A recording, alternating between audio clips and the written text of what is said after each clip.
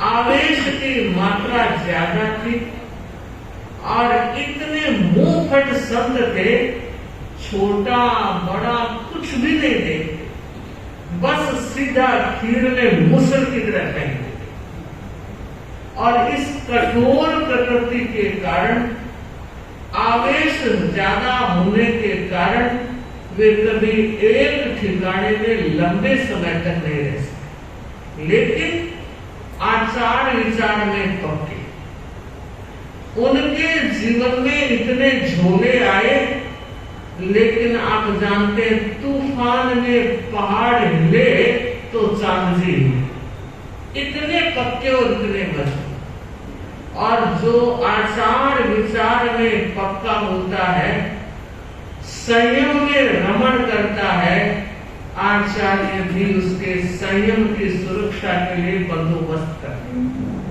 एक एक शिष्य के संयम पालन कराने में आचार्य कितनी व्यवस्थाएं देते हैं। चांद जी के साथ भी ऐसा ही होता था। अगर किसी के सिंघाड़े में आ जाते, और आना भी था, संघ के साधु साथ बिना संघ के सिंघाड़ों के साथ ही रहेंगे। जब जब मर्यादा महोत्सव का समय आता और गुरुदेव फरमाते चांद जी अमुक को वंदना करो, और वो सोचता 12 मिनट करके गई। इतना अशांत वातावरण बनाए रखते हैं। बंधु, डालगणी लाडनू में विराज रहे, मूल ठिकाने में विराज रहे थे। मूल ठिकाना कौन सा? अब जहां सेवा केंद्र है वो मूल ठिकाना कहलाता। डालगणे माड़िए में विराजते थे और उसका एक झरोका सड़क की तरफ खुलता।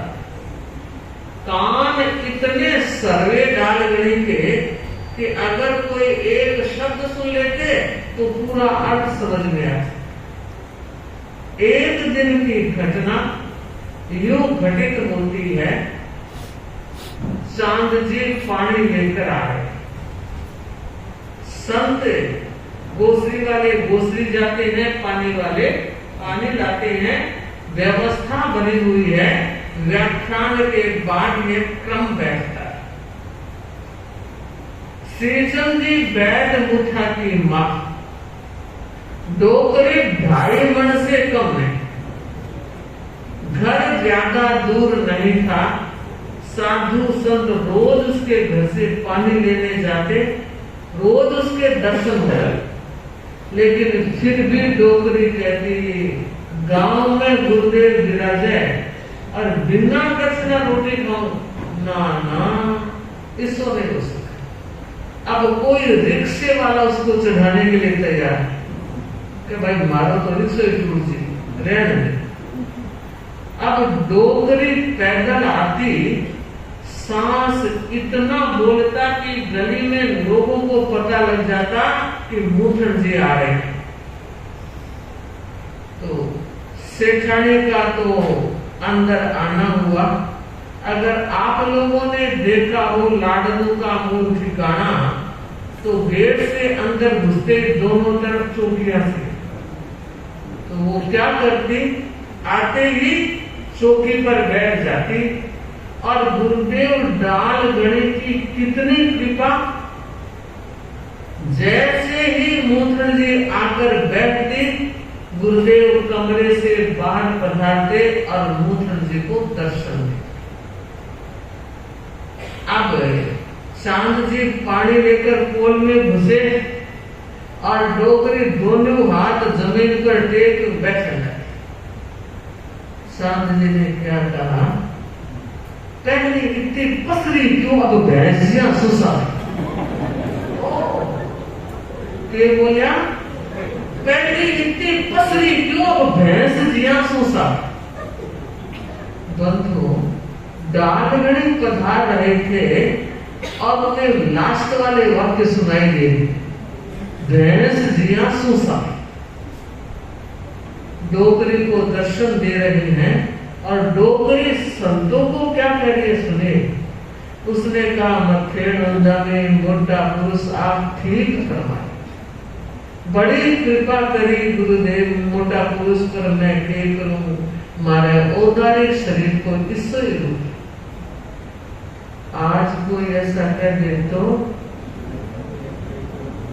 बिना कहीं मुंह चढ़ जाता है, कहना तो दूर बिना कहे ही गाने वाले।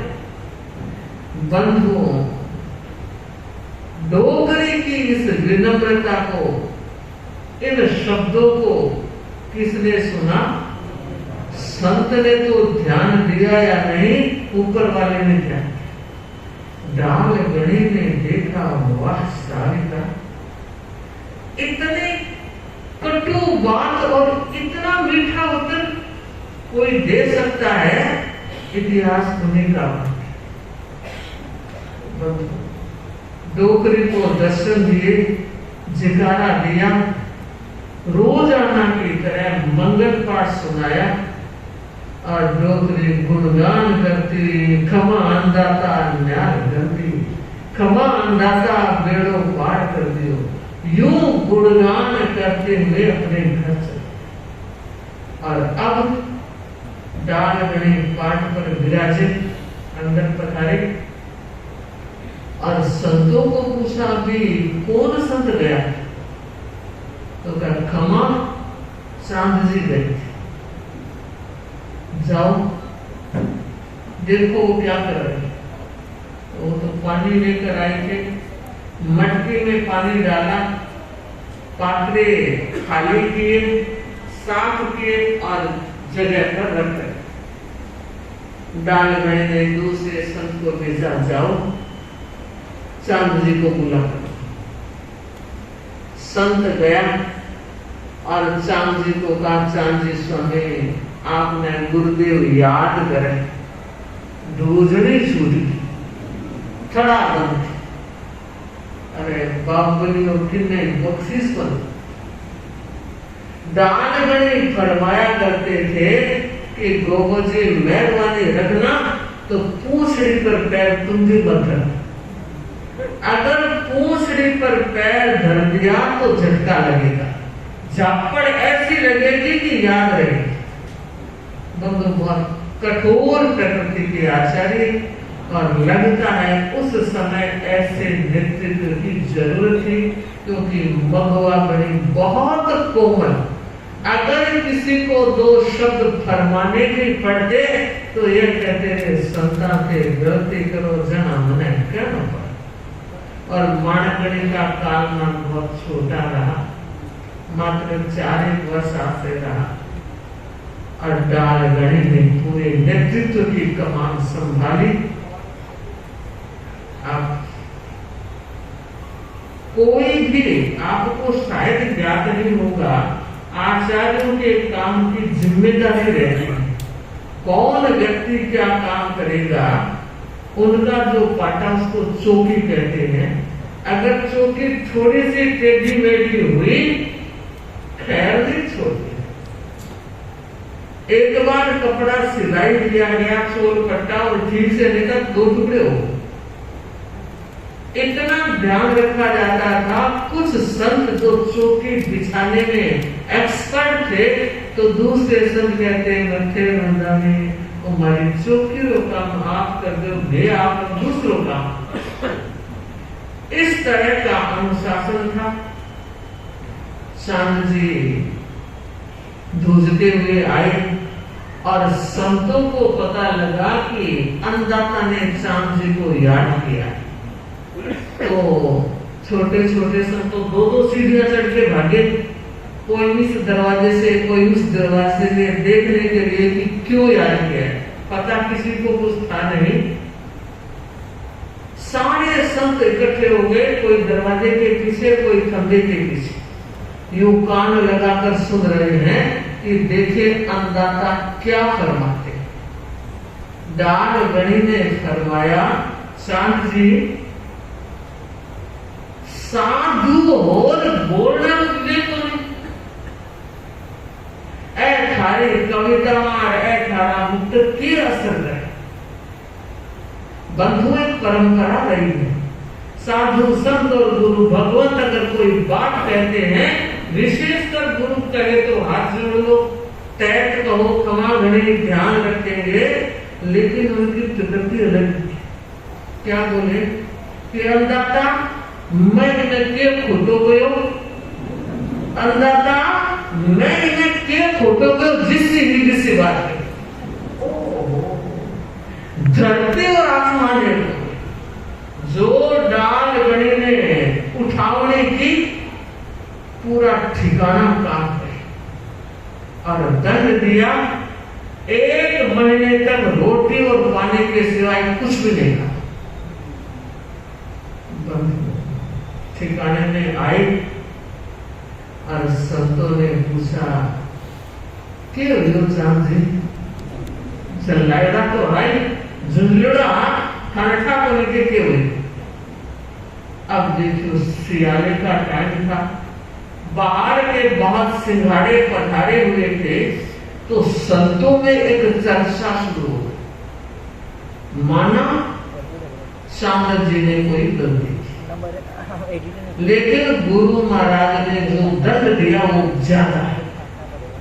इतना ज्यादा दंड मान्य नहीं हो सकता, इतना बड़ा दंड आचार्य के देने के अधिकार में नहीं है, क्योंकि यह तो 6 सूत्रों का दंड। संत जानकार थे, पूरे दिन चर्चा होती रही, गुट में टुकड़ियों में संत बैठकर यही चर्चा गाता कर रहे हैं। कोई भाई आता है तो भाई को कहते हैं आज तो गजब हो गया, अंदाता शाम जी ने बहुत बड़ा दंड दे दिया, रोटी पानी। पूरे दिन से घूमते हुए बात डाल गए। संध्या का समय आप जानते हो, 2 ऐसे समय होते हैं जब सारे के सारे संत गुरु चरणों में आते हैं। शाम की गुरु वंदना और सुबह की गुरु वंदना।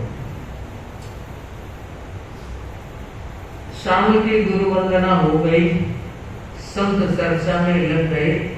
अगले दिन सुबह की गुरु वंदना, यानी एक दिन पूरा हो गया, चर्चा का अच्छा समय दिया। दूसरे दिन सुबह गुरु वंदना को जब संत आए तो डालगड़ी ने फरमाया, संतों मैंने सुना है आप लोग ये कह रहे हैं कि मैंने चांद जी को दंड ज्यादा दिया, ठीक है। अब मैं एक बात कहता हूं, आज संध्या के समय प्रतिक्रमण के बाद बड़ा चौक, दो सीढ़ियां, एक है मकान 2 है, तो दूसरे बड़े चौक में अपन सब बैठेंगे, कोर्ट की बेंच बैठेगी, मैं अपने आप को अभियुक्त मानूंगा और मुझ पर क्लेम होगा कि मैंने ज्यादा दंड दिया, और आप लोग अपनी बात सूत्र से, शास्त्र से, सिद्धांत से सिद्ध करना कि मैंने दंड ज्यादा दिया। और इस जन अदालत में मेरे विरोध में, विपक्ष में कोई भी बोलेगा, मैं जिंदगी में कभी उसकी कसर नहीं करता। संतों कोई भी बोले, आज मैं सबको अभय देता हूं और अदालत में हाजिर होने की प्रेरणा देता। और चांद जी को कहा, चांद जी आज थाने पूरी छूट है, थे थारा चाओ जितना वकील खड़ा कर लीजिए, और मैं वकील जिरादर्शी और सिद्धदर्शी की मैं दंड ज्यादा दिया। बंधु चांद जी तो सुर फूल से फूल गया, अरे आज तो अंदाता नहीं मेहरबान। वो एक एक संत के पास जाते हैं और कहते हैं, मोटा पुरुषा आप तो सूत्रा जानकार हो, आप तो सिद्धांत के ज्ञाता हो, आपको वकालत करनी है, मेरा वकील बनना है, खड़े होना है। तो संतों ने कहा मुफ्त में कौन खड़ा होगा, वकील सामने बैठा है, फीस पहले हमें भी 20,000 गाथा की फीस मिले तो तो वकालत करे। संतों की मनी गाथा होती है और बिना आचार्य की आज्ञा कोई गाथा दे नहीं सकते। चांद जी संतों के कथन को सुनकर गुरुदेव के पास गए और कहा, क्षमा अंदाता, आपने फरमाया वकील जितने चाहो खड़े कर दो। मैंने सोचा है 3 वकील खड़े करूं, छबीर जी स्वामी, जयचंद लाल जी स्वामी और खोजी लाट, पर अंदाता वकील फीस मांगे और वो कह रहे 20,000 गाथा दो तो हम खड़े। डालगड़े ने फरमाया, चांद जी खुली छूट है, वकील जितने फीस मांगे तुम दे सकते। और आए और कहा, गुरुदेव ने यह फरमाया। तो पूरे दिन तक छबीर जी, जयचंद लाल जी, फौजी लाट और इधर मगन जी स्वामी और अष्टमाचार्य कालू मुनि सब अपनी अपनी तैयारियां कर रहे हैं। चांद जी को बुलाया फौजी लाट ने और कहा, भाई एक बात अड़ रही, हमारी पोथियों में से तो हमने प्रतियां निकाल के सब कुछ पॉइंट लिख लिए, लेकिन एक प्रति है जिसका नाम है महानिशीथ और वो भंडार में है, नेशनल लाइब्रेरी में है। आपको पता है हमारी नेशनल लाइब्रेरी कहाँ है? कहाँ? लाडू में किस जगह? मूल ठिकाने में एक कमरे में, इसको भंडार कहते हैं, वहाँ सारी प्रतियां और अन्य चीजें भी सुरक्षित है। लेकिन वहाँ का नियम आचार्य की आज्ञा के बिना, और वो भी लिखत चाहिए, उसके बिना भंडार की कोई भी चीज इधर से उधर नहीं हो सकती।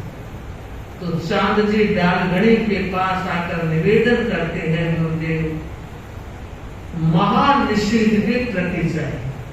तो कपूर मैं क्या करूं कि गुरुदेव भंडार में है और आपकी आज्ञा के बिना मिल नहीं सकते। तो पानडी लिख पर्ची में लिख दिया कि चांद जी को देखने के लिए महानिषेध की प्रति दे दी जाए। पूरी तैयारियां हो गई। प्रतिक्रमण के बाद सारे संत वहां इकट्ठे हो गए और डालगढ़े ने फरमाया कोई श्रावक भी आना चाहिए तो आ सकते, रात्रि के समय बहने नहीं श्रावक आ सकते। और बंधु अब वो जन अदालत में डालगढ़े ने सबके विराजमान हो जाने के बाद एक बार फिर फरमाया, मैं अभियोगी हूं, मुझ पर केस दर्ज है, वकील जर्जरिया करेंगे, पर मैं आज फिर कहना चाहता हूं, मेरे विपक्ष में जो बोलना चाहिए खुलकर बोल, सबको अभय दे रहा। और बंधु छबीर जी स्वामी खड़े हुए और उन्होंने कहा, आचार्य का दायित्व है मर्यादा, परंपरा, विधि विधान और कल्प का सब ख्याल रखे और संघ में सारी सुव्यवस्था चले। इतने में जयचंद जी खड़े होते हैं कि हाँ, मैं ये कहना चाहता हूँ कि आचार्य को दंड देने का अधिकार, आचार्य का अधिकार क्षेत्र है दंड देना, लेकिन क्या आचार्य दंड देते वक्त ये भूल जाते हैं कि अगर एक मिच्छामि दुक्कड़म जितना दंड देना था और 2 मिच्छामि दुक्कड़म दे दिए तो 1 मिच्छामि दुक्कड़म का दंड आचार्य को लेना है। गलती 1 उपवास जितनी थी और 2 उपवास दे दिए तो 1 उपवास का दंड आचार्य को लेना पड़ता। इतने में फौजी लाट उठे और उन्होंने कहा, मैं यह नहीं कह रहा हूं कि आचार्य दंड ले, लेकिन चांद जी को जो दंड दिया गया वो ज्यादा है, इसलिए अन्नदाता को चिंतन करना चाहिए। और अब मगन जी स्वामी का नंबर था, उनकी एक एक बात को, एक एक पॉइंट को काट रहे थे। नीचे से कालू राम जी स्वामी जो 8वें आचार्य बाद में बने, उस समय मुनि अवस्था में थे, तो छापर वाले कानू जी स्लिप लिख लिख के मगन जी को दे रहे हैं और मगन जी पढ़ करके सुना रहे। कहते हैं एक घड़ी का समय बीत तो गया तर्क वितर्क, और तब दाल गणी ने फरमाया कि देखो संतो, एक घड़ी हो गई, जो फौजी लाट ने कहा सही, जयचंद लाल जी ने कहा सही, छबील जी ने कहा सही, मगन जी ने कहा वो सही, लेकिन कोई निष्कर्ष तो निकलना चाहिए। पॉइंट बराबर आ रहे लोग। अब मैं बताता हूं, कम से कम संतों इतनी बड़ी चर्चा करने से पहले क्या कोई संत मुझसे आकर पूछ तो लेता कि अन्नदाता आपने इतना बड़ा दंड क्यों दिया। अब मैं आपको कानूनी धारा बताता हूं। अभी सारी कानून की धाराएं चल रही थी, तो अब मैं कानूनी धारा बता रहा हूं। निषिद्ध सूत्र में भगवान महावीर के द्वारा प्रचारित परंपरा में आचार्य भद्रबाहु का एक लेख है। आचार्य भद्रबाहु विख्यात हुए हैं अपने जैन शासन में, और 14 पूर्वी आचार्यों में वो अंतिम आचार्य। तो भद्रबाहु का एक लेख है जिसमें यह लिखा गया है कि कोई एक शिष्य एक गलती को एक बार, 2 बार, 3 बार, 4 बार या बार करता है तो आचार्य चाहे जितना बड़ा दंड उसे दे सकते। संत चरणों में झुक गए। मध्य वंदा में क्षमा अन्नदाता यह धारा ध्यान नहीं है। और दाल गणी ने कहा कि चांद जी ने कितनी बार गलती की, कितनी बार बोलने के विवेक से विचलित हुए। इतना बड़ा दंड मैंने इसलिए दिया कि अब गलती का परिष्कार हो जाए, गलती का सुधार हो जाए, दोबारा गलती ना करे, इसलिए इतना बड़ा दंड कानून की धारा और 6 निषिद्ध सूत्र में आए वर्णन के आधार कर दिया। और संतों ने कहा अन्नदाता बिल्कुल ठीक फरमा रहे हैं, ये धारा तो हमारे ध्यान में भी नहीं आई। और कहा चांद जी आगे आओ अन्नदाता के पैरों में। और बंधु चांद जी ने सहर्ष वो दंड कबूल किया। जन अदालत संपन्न हुई। बंधु तेरा पंथ के इतिहास में इतने करड़े इकलौते आचार्य है, तो जन अदालत बिठाने वाले ही इकलौते आचार्य हैं। छाती 1.25 गज की रही होगी। और बंधु ऐसा है हमारे 13 पंथ धर्म संघ का स्वर्णाक्षरों में अंकित इतिहास, जो आज भी प्रेरणा देता है कि गुरु साधु संतों की श्रावक श्राविकाओं की कितनी सार संभाल करते हैं। सुबह मैंने श्रावकों की घटना बताई थी, वो इस बात का सबूत है कि आचार्य कितना ध्यान रखते हैं। तो ऐसे आचार्य दाल गणे के चरणों में कोटि कोटि